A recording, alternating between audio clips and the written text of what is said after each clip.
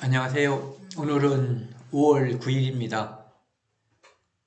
어제가 어버이날이어가지고 이제 고향에도 가시고 부모님들 만나러 가시는 분들도 많고 어제 차도 굉장히 붐비더라고요. 찻길마다 많이 막히고 그랬었는데 1년에 하루라도 그런 날을 마련해서 그런 마음, 감사하는 마음을, 고마운 마음을 갖고 전하는 그런 시간이 있는 게 좋은 것 같아요. 오늘은 사무엘상을 통해서 기념비라고 하는 제목으로 함께 교제를 나누려고 합니다. 기념비 하면은 여기저기 다니다 보면은 어떤 기념비 이런 게 많이 있죠. 추모비도 있고 기념비도 있고, 기념비는 대부분 이제 어떤 사건이나 어떤 인물을 기념해서 이렇게 누군가가 이렇게 세우는, 그래서 이제 그 사람을 기리는 거죠. 근데 가끔은 이제 본인이 그것을 세워놓는 그런 경우도 있어서 이제 사람들한테 조롱을 당하는 경우도 있고 그런 경우도 있습니다. 오늘 기념비는 이제 이스라엘의 초대 왕 사울이라는 사람이 이제 세운 기념비인데요. 그것을 통해서 우리 신앙생활, 그리고 우리가 하나님 앞에서 어떤 사람으로, 어떠한 성도로 기록될 것인가, 이걸 함께 나누는 시간을 갖도록 하겠습니다. 사무엘상은 이제 사사시대가 지나고, 사사시대의 특징은 그렇게 되어 있잖아요. 사람들이 왕이 없으므로 각각 자기 소견대로 행동했다, 이렇게 되어 있거든요. 그런데 그것을 이제 많은 분들이 그 시대는 마치 암흑시대, 아무것도 신앙에 있어서 잘못된 시대라고 생각을 하는 경우도 있거든요. 그런데 그 시대가 그렇게 암울했던 시대만은 아니거든요. 그 시대가 비록 하나님을 떠나서 우상을 섬기는 이스라엘 민족이었지만 그들이 위기에 닥치면 하나님께 부르짖었어요. 그리고 하나님은 그때마다 응답해 주셨던 거죠. 그러니까 하나님과 떨어져 있는 듯 하지만 아쉬울 때 또는 정말 긴급할 때는 늘 하나님을 불렀던 이스라엘 민족이었거든요. 그러니까 그때가 사사시대라면은 지금 이제 사무엘 상하, 사무엘 이것은 사사시대로부터 왕정시대로 이제 넘어가는 과정을 특히 이제 사무엘 상에서는 그리고 있거든요. 그래서 사무엘 상을 저는 이렇게 한번 정의를 해봤어요. 하나님께서 왕을 통해 역사하시다. 사무엘 상 17장 47절에 보면은요, 또 여호와의 구원하심이 칼과 창에 있지 아니함을 이 무리에게 알게 하리라. 전쟁은 여호와께 속한 것인즉 그가 너희를 우리 손에 넘기시리라. 다윗이 이제 골리앗과 싸우기 전에 이제 한 말인데요. 이 다윗의 믿음, 다윗의 신앙이 이 짧은 한 절의 말씀에 다 들어있어요. 여호와의 구원하심이 창과 칼에 있지 아니함을 이 무리에게 알게 하리라. 이 무리는 이스라엘 무리와 블레셋 무리가 이제 포함되어 있는 거죠. 그래서 전쟁은 여호와께 속한 것인즉 전쟁의 시작과 끝, 결과, 과정 모든 것이 하나님께 속해 있다는 거예요. 그것을 알아야 된다는 거죠. 그래서 그가 너희를 우리 손에 넘기시리라. 하나님께서 앞에 있는 골리앗과 그가 속한 모든 민족을 우리 손, 즉 이스라엘과 다윗의 손에 넘기실 것이다 하는 거거든요. 그래서 이 이스라엘 역사는 하나님이 배후에서 역사하시는 역사잖아요. 그래서 여기서도 그것을 갖다가 이제 다윗이 이야기하고 있는 거죠. 그리고 또 한 번 이제 사무엘상을 생각한다면 임시직 지도자에서 종신직 지도자로다가 바뀌는 과정이다. 물론 그 지도자 위에 역사하시는 분 주관적으로 역사하신 분은 변한 적이 없어요. 지금도 마찬가지고. 그분은 하나님께서 역사하시고 있고 다만 그분의 명령을 받아서 백성들에게 어떤 것을 지시하고 하나님의 명령을 전달하는 역할이 사사라고 하는 임시직, 필요할 때마다 세우는 그거에서 한 번 세우면 죽을 때까지 이제 지속적으로 있고, 그 다음에 그의 아들에게 왕권이 넘어가는 종신직으로 다 이제 바뀌었다, 이런 얘기죠. 그래서 사무엘 이 상의 1장부터 7장까지는 이제 세 토막으로 나누어 보면은요, 1장부터 7장, 8에서 15장, 16장에서 31장 이렇게 나눠보는데요. 그 앞에는 엘리 제사장에서 사무엘로 넘어가고, 사무엘을 통해서 사무엘이 이제 이스라엘의 마지막 사사로서 이스라엘에게 영적으로, 종교적으로 하나님을 믿는 신앙을 회복시켜주는 그 과정이 나와 있죠.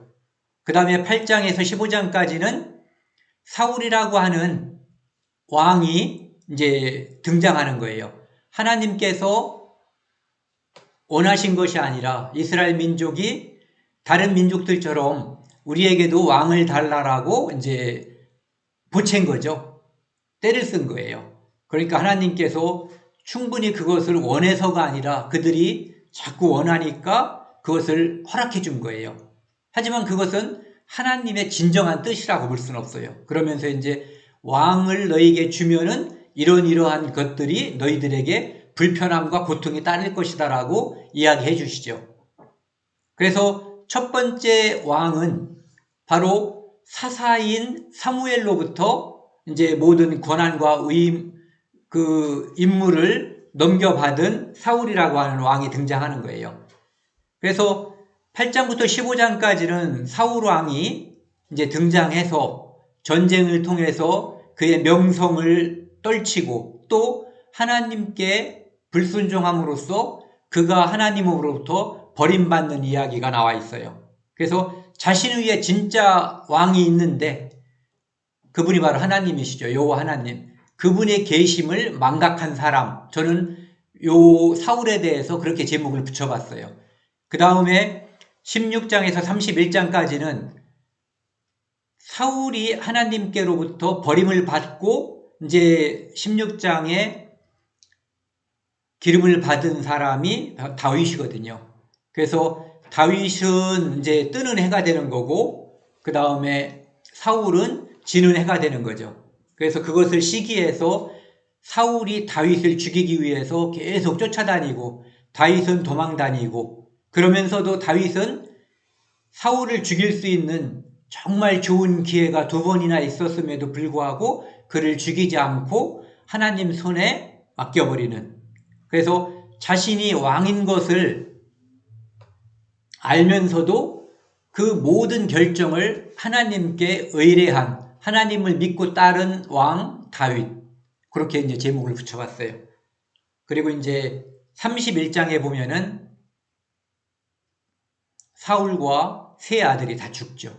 그래서 자연스럽게 이제 사무엘 하에 가면은 다윗이 이제 왕이 되고 다스리게 되고 또 이제 다윗의 어떤 사건들이 연결되는 것, 그것이 이제 사무엘 하라고 볼 수 있어요.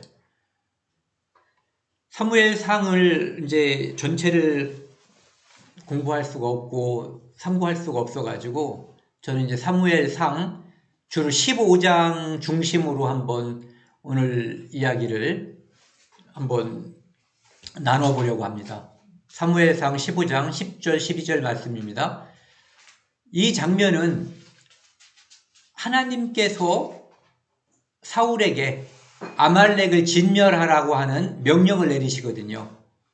그리고 나서 그 명령을 사울 자신은 지켰다고 생각을 하고 사무엘과 하나님은 그 명령을 따르지 않았다, 불순종했다라고 생각하는 상황이에요. 그런 상태에서 이제 여호와의 말씀이 사무엘에게 임한 거예요. 11절, 내가 사울을 왕으로 세운 것을 후회하노니 그가 돌이켜 나를 따르지 아니하며 내 명령을 행하지 아니함이니라 하신지라. 사무엘이 근심하여 온 밤을 여호와께 부르짖으니라. 사무엘은 자기가 이스라엘의 지도자였는데 이스라엘의 지도자를 하나님께서 백성의 요구에 의해서 사울로 바꿀 때 그는 시기심 같은 게 전혀 없었어요. 다만 그것으로 인해서 이스라엘 민족에게 화가 미칠까 봐 걱정했던 사람이죠.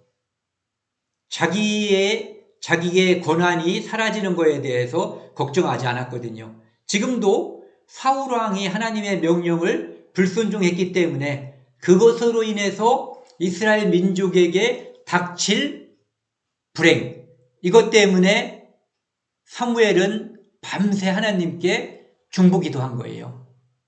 부르짖은 거죠.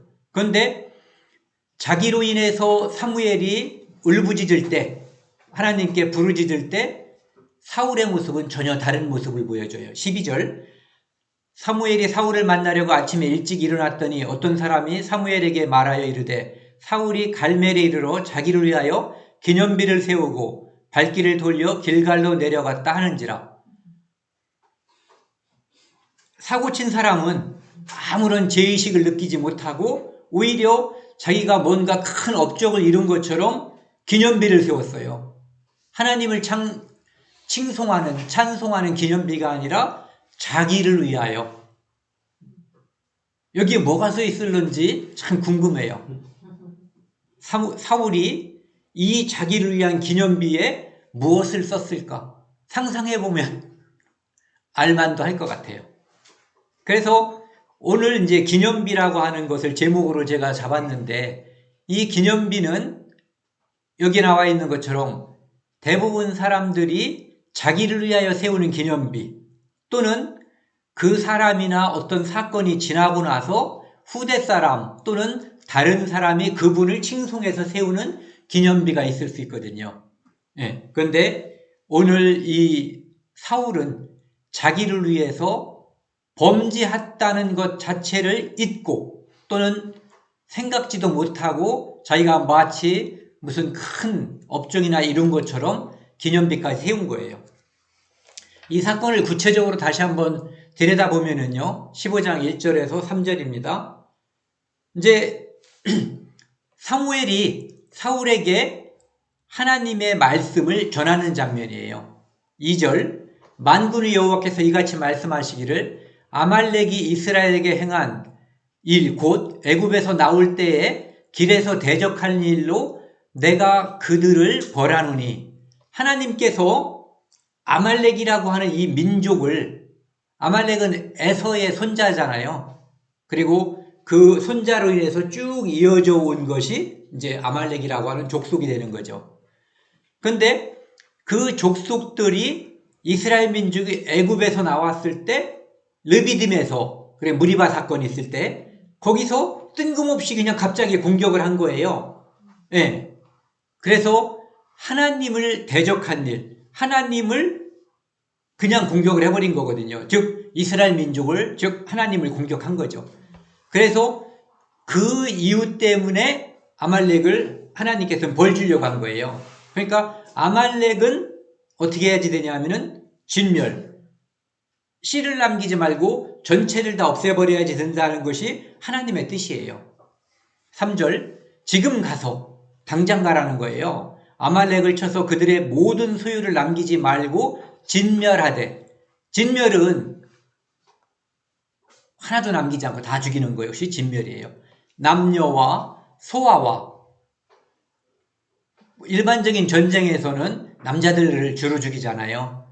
여자들은 살려주고 아이들도 살려주거든요. 그리고 짐승을 죽일 이유가 없어요. 하지만 하나님께서는 이 아말렉과 관련된 생명체는 다 죽이라는 거예요. 그래서 짐승들까지도 다 죽이라 하셨나이다. 이것이 하나님께서 하신 명령의 전부예요. 출애굽기 17장에 보시면은 그 이유가 나와 있죠.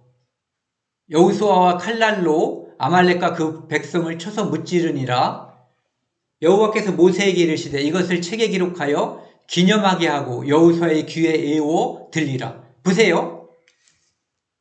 아말렉이 갑자기 쳐들어와서 이스라엘을 공격하니까 모세가 여호수아를 시켜서 가서 무찌르라고 했어요. 그리고 모세가 하늘을 향해서 팔을 들었을 때 아론과 훌이 그 팔을 이렇게 받쳐 들면은 하나님께서 이기게 해주시고 팔을 내리면 지게 됐거든요. 그래서 계속 올리고 있는 동안, 즉 하나님께 도움을 요청했을 동안에 하나님께서 그들을 이기게 해주신 거거든요. 그래서 그 사건을 아주 중요하기 때문에 책에 기록하고 기념하게 하고 여호수아의 귀에 애워 들리라. 그러니까 여호수아가 이 사건을 달달달달 애워서 후손들에게도 이렇게 계속 전해주게 하는 거예요. 내가 아말렉을 없이하여 천하에서 기억도 못하게 하리라. 어떻게 해야지 기억이 안 돼요?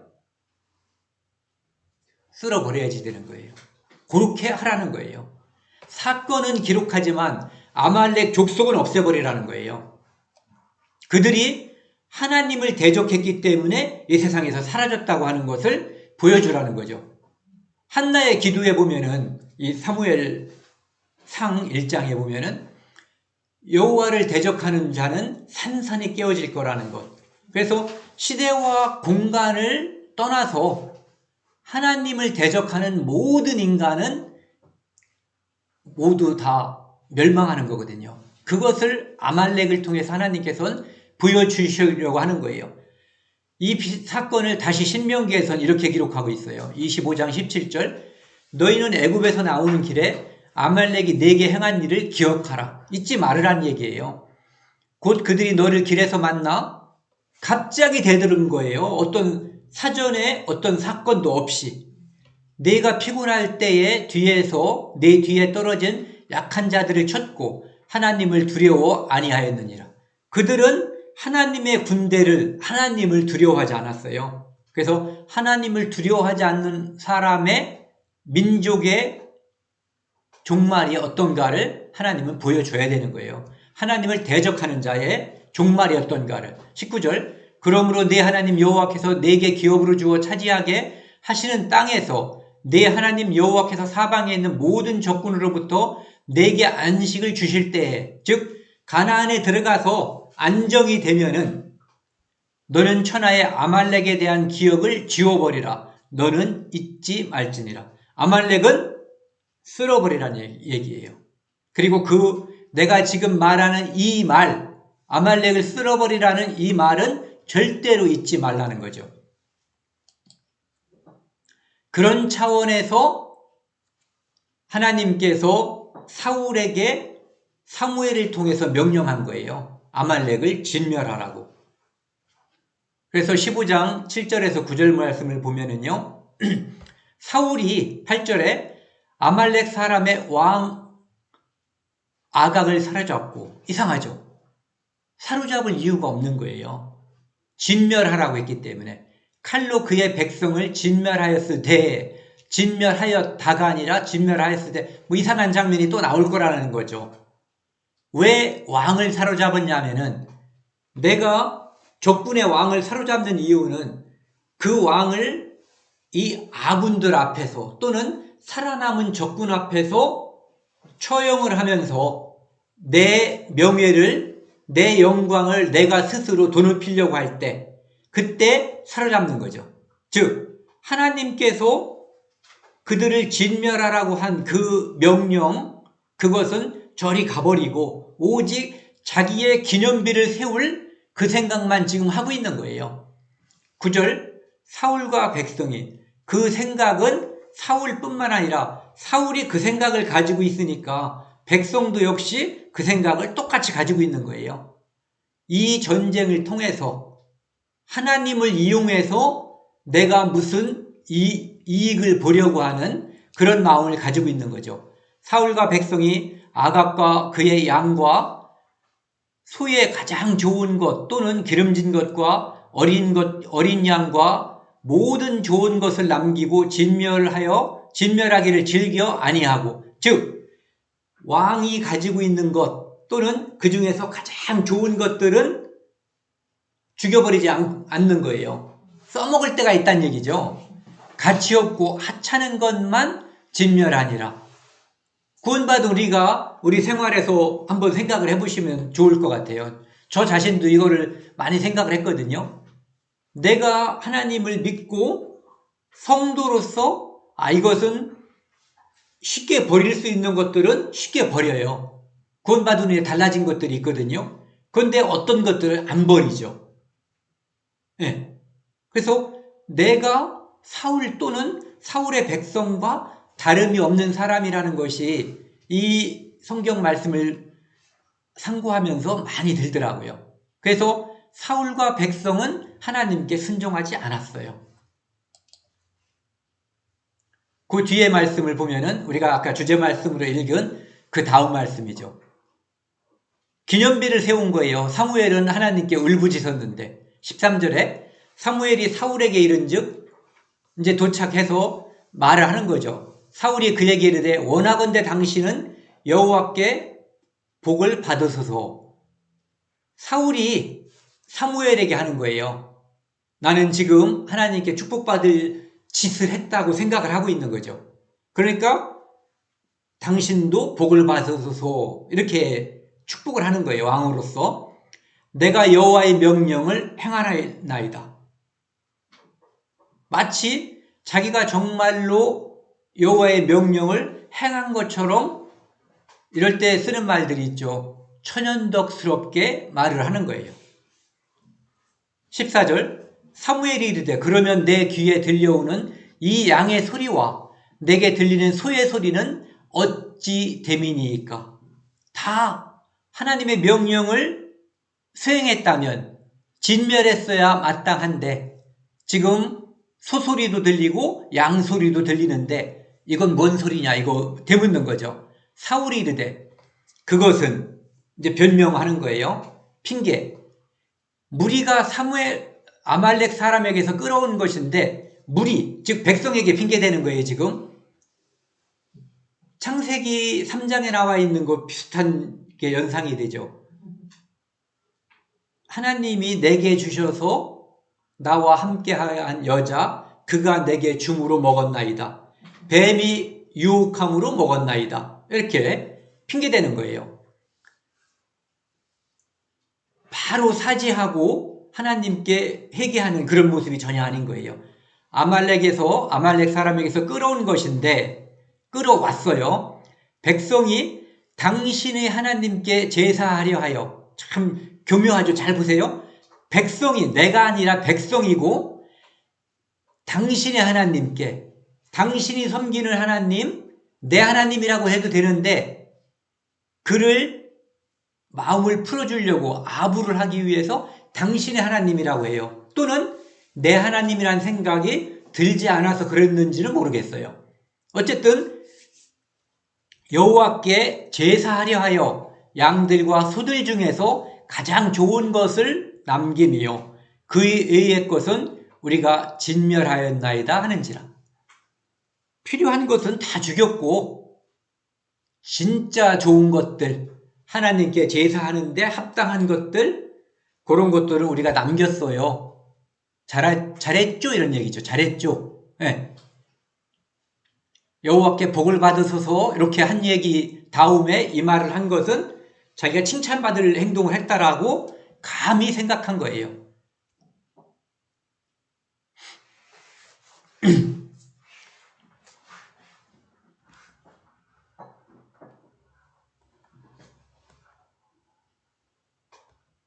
그 다음에요. 그래서 사무엘이 사울에게 이제 이야기를 하는 거죠. 하나님께서 사울에게 전할 말씀을 이제 사무엘이 사울에게 말하는 거예요. 하나님 말씀이죠. 17절 사무엘이 이르되 왕이 스스로 작게 여길 때에 사울도 한때는 매우 겸손한 사람이었어요. 그래서 하나님이 그를 왕을 삼으신 거거든요. 가장 막내 지파 그 중에서도 별 볼 일 없는 가문 그리고 그 지파는 멸문될 뻔했었잖아요. 그 사사기에 나오는 그 사건으로 인해서. 그런데 스스로 작게 여길 때에 이스라엘 지파의 머리가 되지 아니하셨나이까. 근데 왜 이렇게 높아졌냐? 이런 얘기죠. 높아졌다고 하는 것은 무슨 뜻이냐면은 하나님께서 명령하신 것을 자기의 생각으로 예단해서 하나님 생각을 던져버리고 자기 생각을 지금 앞세워버린 거예요. 그게 자기가 커진 거죠. 여호와께서 왕에게 기름을 부어 이스라엘 왕을 삼으시고 또 여호와께서 왕을 길로 보내시며 이르시기를 가서 죄인 아말렉 사람을 진멸하되 다 없어지기까지 하라 하였거든. 하나님께서 하신 것은 아주 단순해요. 죄인 아말렉을 진멸하라예요. 어디까지? 다 없어지기까지. 즉 한 명도 남기지 말라 이거죠. 19절 어찌하여 왕이 여호와의 목소리를 청중하지 아니하고 사울은 내가 다 명령을 수행했다라고 얘기했죠. 그런데 하나님께서는 청중하지 않았다, 순종하지 않았다라고 하는 거예요. 탈취하기에만 급하여 즉 좋은 것들 보암직하고 눈에 탐스러운 것을 갖기에 원했다는 얘기예요. 즉 하나님을 이용해서 이익을 보려고만 했다는 거죠. 이것을 하나님의 전쟁이 아니라 자기가 뭔가 이익을 보는 전쟁으로 봤다는 얘기예요. 마치 아각처럼. 여리고 성을 점령할 때 아각이 이런 사람이었죠. 여호와께서 악하게 여기시는 일을 행하셨나이다. 어떤 일? 하나님 말씀 대신 자기 생각을 수행한 일. 그 뒤에요. 20장 사울이 사무엘에게 이르되 나는 실로 아직도 정신을 못 차렸어요. 계속 변명하는 거예요. 나는 실로 진실로라는 거죠. 여호와의 목소리를 청중하여 여호와께서 보내신 길로 가서 아말렉 왕을 끌어왔고 이상하죠. 진멸하라고 했는데 끌어왔으면서도 실로라는 표현을 쓰는 거예요. 그러니까 하나님 말씀을 지난번에 누가 그러면 반쯤 끊어먹고 지금 생각하는 거예요. 네. 끌어왔고 아말렉 사람들을 진멸하였으나 여기도 보면은 진멸하였습니다가 진멸하였으나 21절 한번 같이 읽죠. 크게 시작. 다만 백성이 그 마땅히 멸할 것 중에서 가장 좋은 것으로 길갈에서 당신의 하나님 여호와께 제사하려고 양과 소를 끌어왔나이다 하는지라. 다만 백성 핑계죠. 그 마땅히 멸할 것 중에서 보세요. 고범죄예요. 알고 한 거예요. 마땅히 멸해야지 된다는 것을 알았는데도 불구하고라는 의미를 내포하고 있어요. 그러니까 지금 사울이 말하는 것은 쭉 들어보면은 앞뒤가 서로 다 모순이 돼요. 가장 좋은 것을 하나님께 바치는 것은 잘하는 거잖아요. 그런데 지금은 그게 아닌 거죠. 네. 하나님께 제사하는 것도 좋은 거예요. 하지만 지금은 그게 아닌 거예요. 때가 아닌 거죠. 하나님께서 원하신 것, 하나님께서 명령하신 것을 자기 임의로 하나님 말씀을 버리고 자기 뜻을 행하는 거예요. 이 모든 것이 하나님을 버리고 자기 기념비를 세우려고 하는, 자기 뜻을 세우려고 하는 사울의 의도가 다 드러나 있죠. 불순종이 곳곳에 드러나 있는 거예요. 고범죄가. 22장 23절 이거 사람들이 많이 암송하는 거예요. 우리도 한번 크게 같이 읽어보죠. 시작. 사무엘이 이르되 여호와께서 번제와 다른 제사를 그의 목소리를 청종하는 것을 좋아하심같이 좋아하시겠나이까. 순종의 제사보다 낫고 듣는 것이 수양의 기름보다 나으니 이는 거역하는 것은 점치는 죄와 같고 완고한 것은 사신우상에게 절하는 죄와 같음이라. 왕이 여호와의 말씀을 버렸으므로 여호와께서도 왕을 버려 왕이 되지 못하게 하셨나이다. 하나님께서는 전지전능하신 분이잖아요. 하나님은 부족한 것이 없는 분이에요. 말씀으로 천지를 창조하시고 말씀으로 모든 것을 할 수 있는 분이에요. 그런데 그분이 어떤 양 몇 마리, 거기 나와 있는 양, 그들이 하나님께 제사 지낸다는 핑계로 살려둔 양과 소보다 10배, 100배, 10,000배 좋은 그런 것들을 얼마든지 창조하거나 키울 수가 있는 분이시죠. 그런데 그분은 사울에게 다시 한번 기회를 준 거예요. 이 사무엘 13장 좀 이따 한번 살짝 살펴볼 건데요. 그곳에서 하나님의 명령을 그는 순종하지 않았거든요. 그럼에도 불구하고 하나님께서 다시 기회를 준 건데 그 기회를 또다시 자기 생각으로 버리는 거예요. 그래서 하나님의 명령, 하나님께서 말씀하신 것을 순종하는지 안 하는지 보는 건데 지금 그는 순종하지 않고도 순종한 것처럼 착각하고 있는 거예요. 자기가 진정으로 무엇을 잘못했는지 잘 모르고 있는 거죠. 그래서 23절 뒤에 이제 푸른 글씨를 보면요. 왕이 여호와의 말씀을 버렸으므로 하나님의 말씀을 사울이 순종하지 아니하였으므로 하나님께서 왕을 버리는 거예요.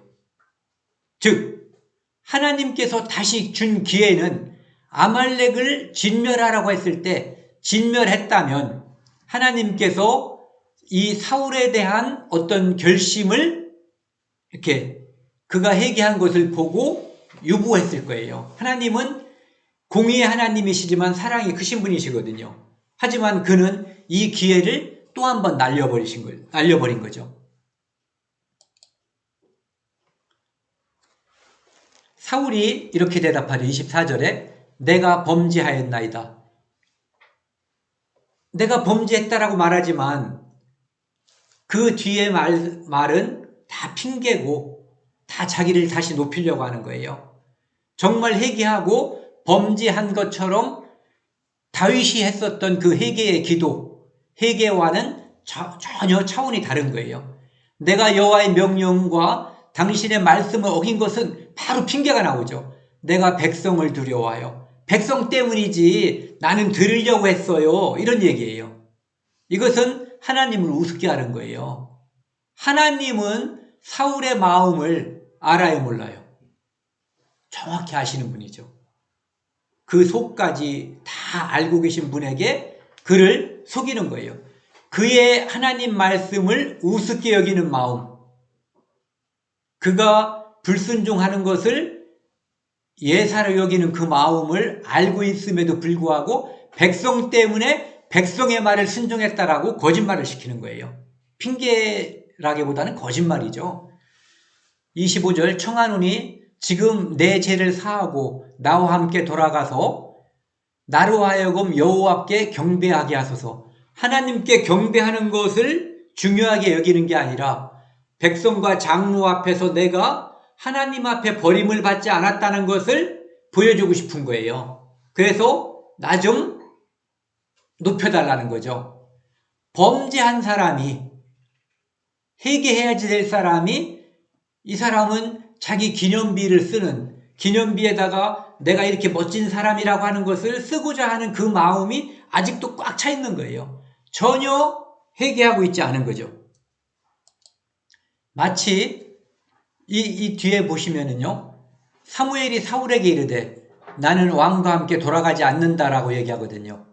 왕이 여호와의 말씀을 버렸으므로 왕도 여호와께서도 왕을 버려서 이제 왕이 되지 못하게 한다.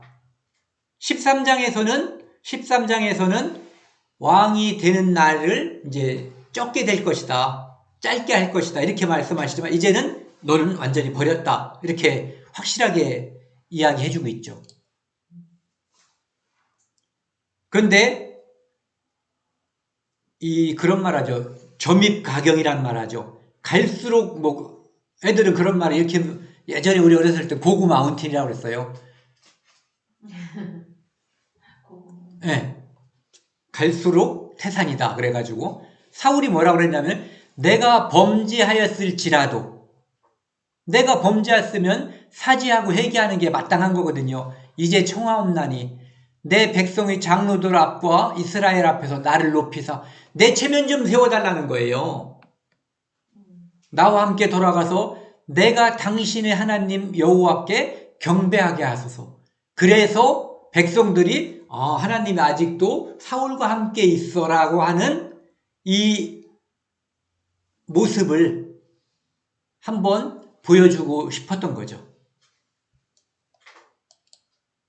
그러니까 계속해서 그는 그런 것들을 말하고 싶었던 거예요. 자기의 기념비를 세우는 거에 관심이 있었지, 자기가 잘못한 것, 범죄한 거에 대해서 사죄하는 마음은 없었어요. 마치 루시퍼와 같은 거죠. 하나님과 같은 자리, 자기가 높아지려고 하는 거에만 관심이 있었던 거예요. 하지만 스스로 높아지려고 하는 자, 특히 하나님과 같이 높아지려고 하는 자, 하나님 위에 서려고 하는 자, 하나님 자리에 서려고 하는 자, 그들은 맨 밑바닥에 떨어지는 거거든요. 그래서 인간으로서 가장 높은 자리에 올랐던 사울이 하나님 말씀을 순종하지 않음으로써 왕에서 버림을 당하는 거죠. 마치 이사야 14장에 나와 있는 이제 그 아침의 왕 계명성 이야기처럼요. 그리고 또 한 가지 사건은 이 사무엘상 10장 8절에 이제 처음에 하나님께서 이스라엘에게 사울을 왕으로 임명하고 하나님께서 사울에게 첫 번째 임무를 준 것이 이거예요. 이제 사무엘이 사울에게 이야기하는 거죠. 너는 나보다 앞서 길갈로 가라. 이거 보세요. 사무엘이 높아요? 사울이 높아요?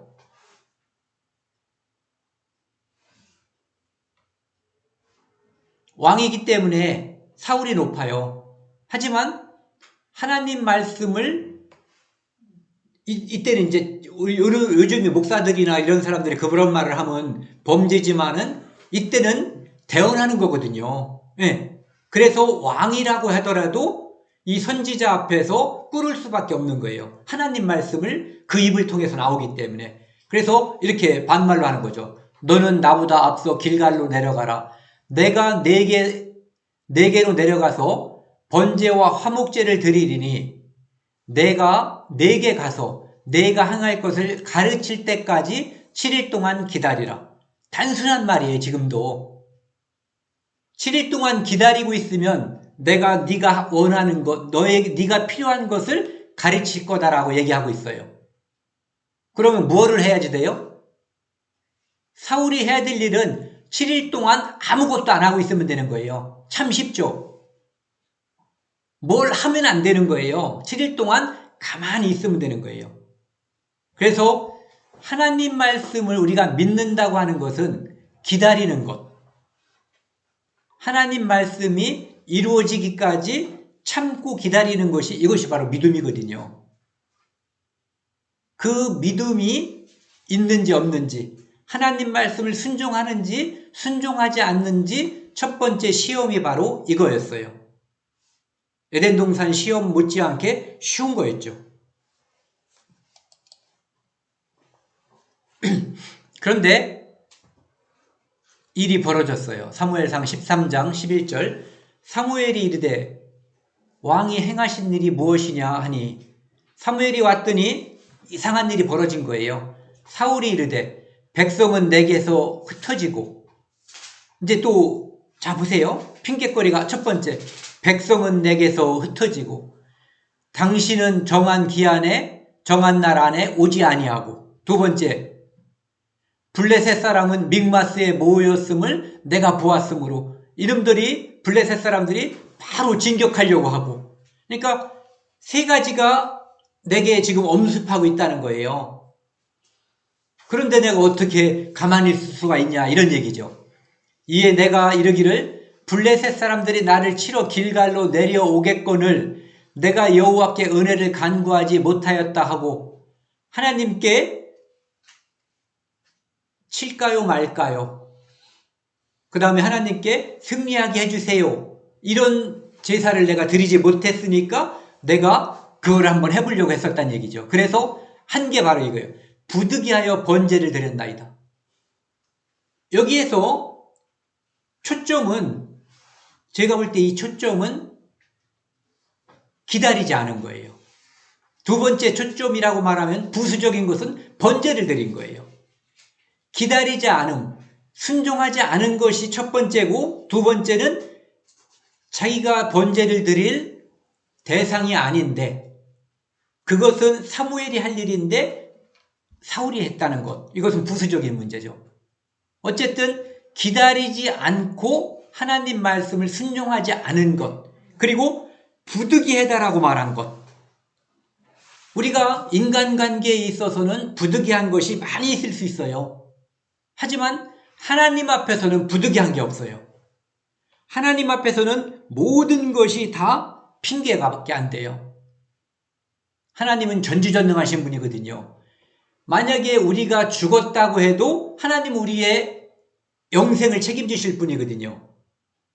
그래서 욥기에 그의 아들과 딸들이, 아들이 죽었다고 해도 욥이 하나님께 원망하지 않은 이유가 그래서 그렇거든요. 하나님은 책임지실 수 있는 전지전능하신 분이에요. 그래서 하나님 앞에는 부득이하다라고 하는 핑계가 있을 수 없다는 거죠. 예. 근데 마치 부득이한 것처럼, 마치 자기의 이 핑계가 합리적인 것처럼 말을 하고 있는 거예요. 자기의 불순종을 합리화시키는 거죠. 이것이 그가 하나님 말씀으로부터 멀어졌던 첫 번째 사건이에요. 하지만 하나님께서 아까 우리가 쭉 길게 살펴봤던 사무엘상 15장에 나와 있는 그 기회를 또 주셨던 거예요.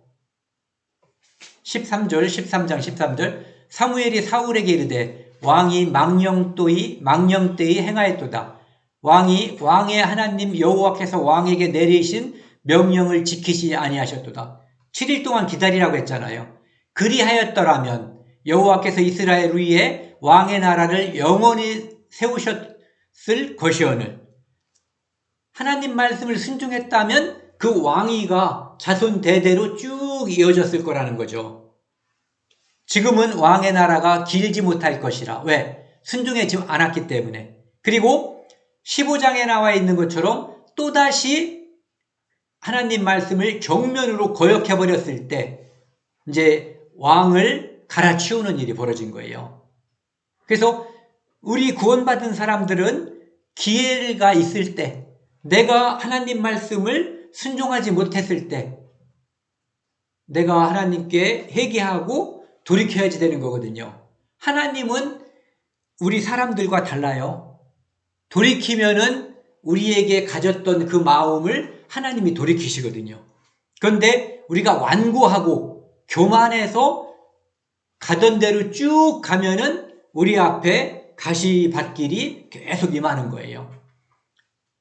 그래서 여호와께서 왕에게 명령하신 바를 왕이 지키지 아니하였으므로 여호와께서 그의 마음에 맞는 사람을 구하여 여호와께서 그를 그의 백성의 지도자로 삼으셨느니라. 여기 보시면 14절에 여호와께서 세 번 나오거든요.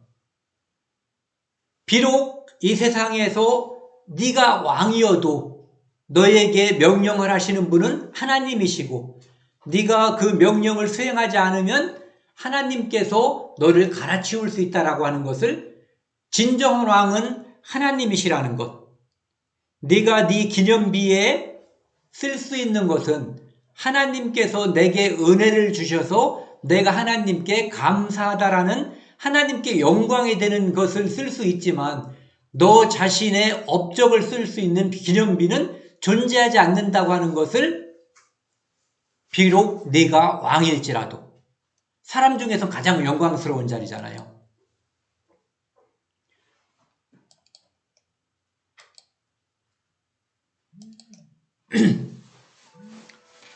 잠언 29장 25절입니다. 같이 한번 읽었으면 좋겠어요. 시작. 사람을 두려워하면 올무게 걸리게 되거니와 여호와를 의지하는 자는 안전하리라. 사울은 백성을 두려워했다고 하거든요. 진짜 백성을 두려워했다고 해도 문제가 있는 거예요. 하지만 사울이 과연 백성을 두려워했는지, 백성 앞에서 자기 영광을 취하려고 했는지는 정확히 알 수 없지만 아마 그가 버림을 받은 이유 중에 가장 큰 것은 어쨌든 적어도 하나님 말씀을 거역했다는 거거든요. 사람을 두려워하면 올무에 걸리지만 여호와를 의지하는 자는 안전하리라.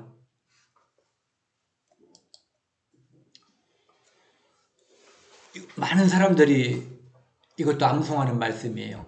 이것도 한번 같이 읽었으면 좋겠어요. 시작. 사람이 교만하면 낮아지게 되고 마음이 겸손하면 영예를 얻으리라. 이것이 왕 사울에게만 적용되는 게 아니에요. 다윗에게만 적용되는 게 아니에요. 우리 시대 모든 그리스도인에게 다 적용되는 말씀이거든요. 우리가 교만하면 우리는 바로 낮아져요. 그리고 우리가 겸손하면 하나님께서 우리의 낯을 세워주시는 거죠. 그래서 사도 바울도 내가 약할 때, 가장 겸손할 때에 자기가 강하다, 강해진다. 왜? 하나님께서 약한 자, 겸손한 자를 통해서 역사하시기 때문이죠. 예수님께서 창조주께서 이 땅에 오셔서 가장 비천한 자리에 오셔서 태어났죠. 마국간에서. 그리고 가장 낮은 자리 다 벗고 십자가에 못 박히신 거예요. 그것은 가장 낮은 자리예요. 그래서 하나님께서 그를 지극히 높이셨고 모든 사람을 심판하는 권세를 그분께 주신 거예요. 이것은 한번 보시면요. 제가 공부하다가 어디서 찾은 건데 한나라 있잖아요. 한나라의 한영이라고 하는 사람이 이제 지은 책이 한시예전이라는 책이 있는데 그 책에 나와 있는 구절이에요. 군왕은 백성이 함께하면 편안하고 도와주면 강성하며 반대하면 위태로워지고 등을 돌리면 멸망한다. 이렇게 되어 있어요. 굉장히 좋은 얘기죠. 그런데 이스라엘은 하나님이 함께하면 편안하고 도와주면 강성하고 하나님이 반대하면 위태로워지고 하나님이 등을 돌리면 멸망한다. 사울에게도 그대로 적용됐고 이스라엘에게도 그대로 적용됐고 그리고 구원받은 우리도 똑같거든요.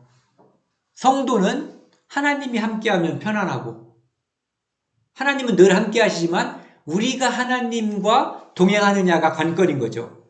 하나님이 우리가 동행할 때 하나님 말씀에 순종하면 그분이 우리를 도와주고 우리가 강성해질 수가 있어요. 그러니까 가장 낮아질 때. 그런데 하나님의 길과 반대로 가면 그리고 심지어 우리가 하나님께 등을 돌리면 이제 영원한 멸망은 없지만 이 땅에서 고난과 징계가 올 수가 있는 거죠. 그래서 이 말씀은 뭐 군왕뿐만 아니라 이스라엘 민족, 우리 성도들에게도 문장을 조금만 바꾸면 그대로 적용할 수 있는 말인 것 같아요. 지난번에 제가 한번 보여드린 건데요. 이 세상에 많은 기념비와 그 묘비가 있잖아요. 제가 본 묘비 지난번에 보여드렸던 건데요. 경주에서 제가 산에서 우연히 보고 찍어놓은 건데 이 김윤이라고 하는 성도가 누군지는 몰라요, 저는. 하지만 그 묘비에 쓰여져 있는 이 말씀은 이분이 누구였을까 짐작하는 거죠. 김윤희 성도가 쓴 거 아닐 거예요. 김윤희 성도가 가지고 있는 하늘 소망을 공유했던 누군가가 썼을 거예요. 나는 의로운 중에 주의 얼굴을 보리니 깰 때에 주의 형상으로 만족하리이다.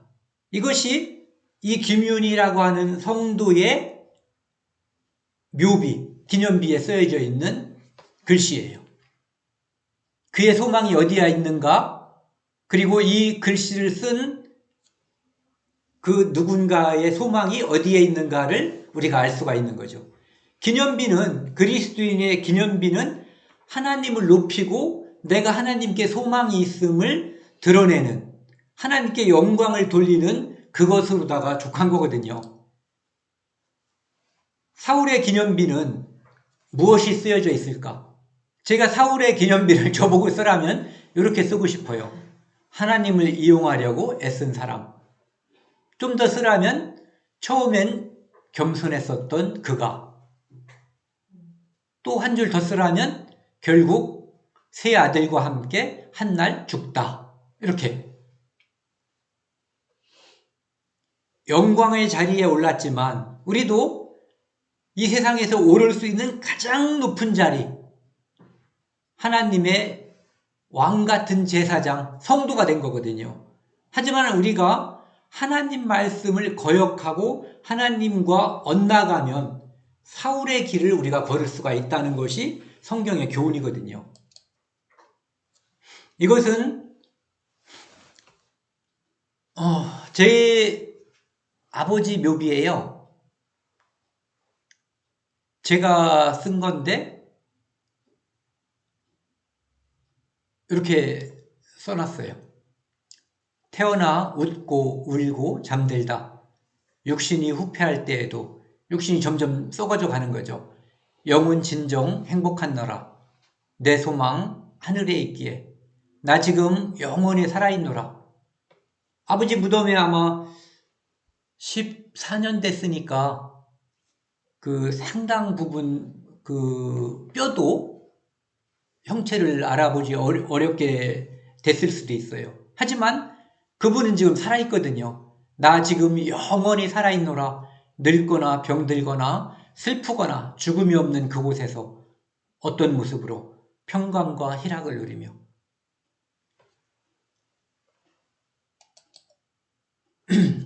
우리는 이 땅에서 우리가 지금 살아가는 모든 과정은 나의 기념비를 쓰는 과정이에요. 그 기념비는 내가 쓰지 않을 거예요. 나의 비석도 내가 쓰지 않을 거예요.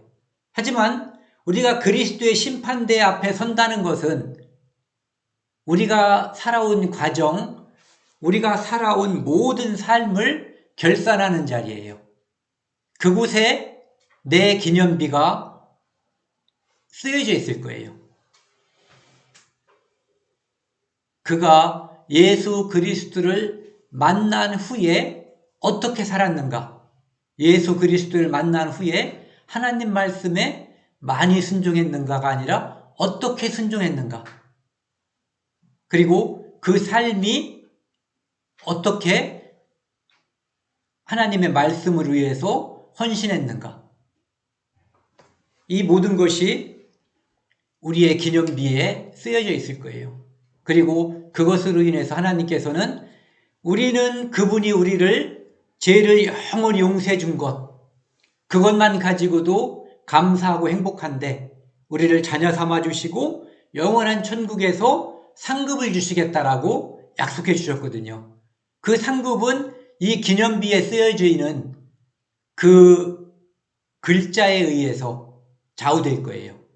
그래서 우리가 살아가는 동안 우리가 지나온 삶을 우리가 바꾸지 못하지만 앞으로 살아가는 삶은 그 후에 오늘 이후에 쓰여지는 기념비는 우리가 어떻게 살아가는가에 따라서 바뀔 수가 있거든요.